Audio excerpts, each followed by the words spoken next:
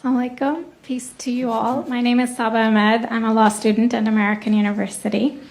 I am here to ask you a simple question. I know that we portray Islam and all Muslims as bad, but there's 1.8 billion Muslim followers of Islam.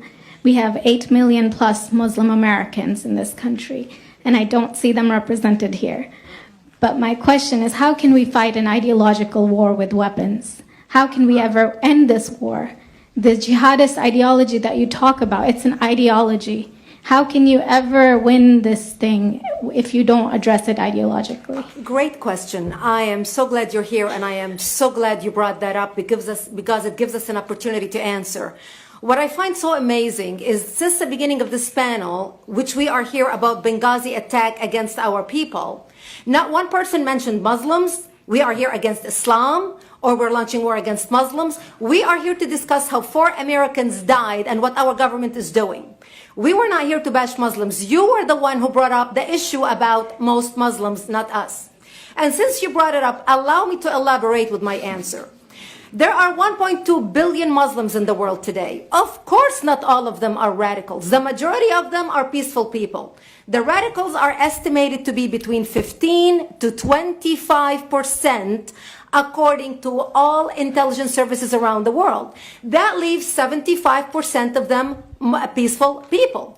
But when you look at 15 to 25% of the world Muslim population, you're looking at 180 million to 300 million people dedicated to the destruction of Western civilization.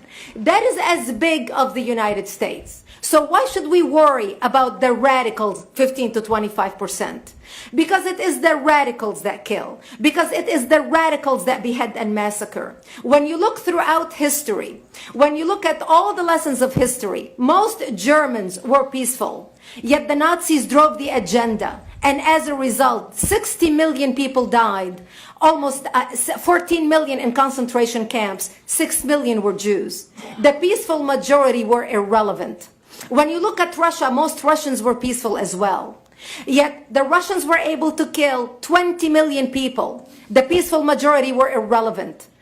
On September 11th in the United States, we had 2.3 million Arab Muslims living in the United States.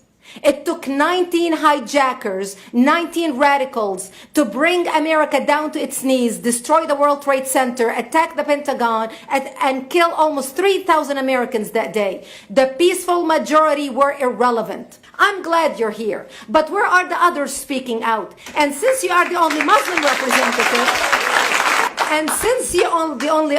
representative, in here, you took the limelight instead of speaking about why our government, and I assume, are you an American?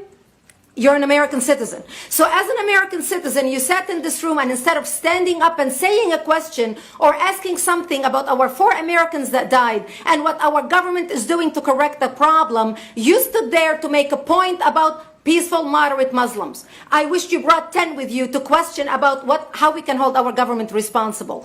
It is time we take political correctness and throw it in the garbage where it belongs and start calling it